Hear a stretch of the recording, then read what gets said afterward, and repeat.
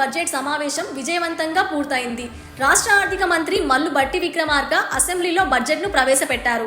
తెలంగాణ ప్రజల సంక్షేమం కోసమే 6 గ్యారెంటీలను ప్రకటించామని అసెంబ్లీలో మంత్రి భట్టి విక్రమార్క పేర్కొన్నారు.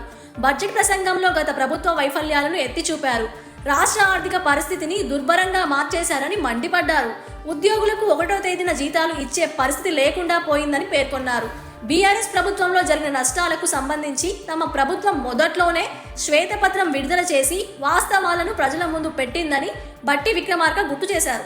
అయితే ప్రజా సంక్షేమం కోసం ఇచ్చిన 6 గ్యారెంటీలను అమలు చేయడానికి ఇవేవీ తమకు అడ్డు కాదని, ఎంత కష్టపడడానికైనా సిద్ధమని స్పష్టం చేశారు. 6 గ్యారెంటీలను అమలు చేసి తెలంగాణలో ఇందిరమ్మ రాజ్యం తెస్తామని పేర్కొన్నారు. గత ప్రభుత్వం ప్రవేశపెట్టిన బడ్జెట్ వాస్తవ దూరంగా ఉందని బీఆర్ఎస్ పై భట్టి విక్రమార్క మండిపడ్డారు. దళిత బంధు పథకానికి బడ్జెట్లో 17,700 కోట్లు కేటాయించిన గత ప్రభుత్వం వాస్తవంలో ఒక్క పైసా కూడా విడుదల చేయలేదని ఆరోపించారు. ఇక బడ్జెట్ సమావేశంలో 6 గ్యారెంటీల అమలు 53,196 కోట్లు కేటాయించారు.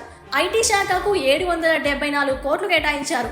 ఇక పంచాయతీరాజ్ శాఖకు 40,080 కోట్లు కేటాయించారు. పురపాలక శాఖ 11,692 కోట్లుగా నిర్ణయించారు. ఇక వ్యవసాయ శాఖకు 19,746 కోట్లు కేటాయించారు. ఎస్సీ ఎస్టీ గురుకుల భవన్లకు 1,250 కోట్లుగా ప్రకటించారు. గృహ నిర్మాణంపై 7,740 కోట్లు కేటాయించారు.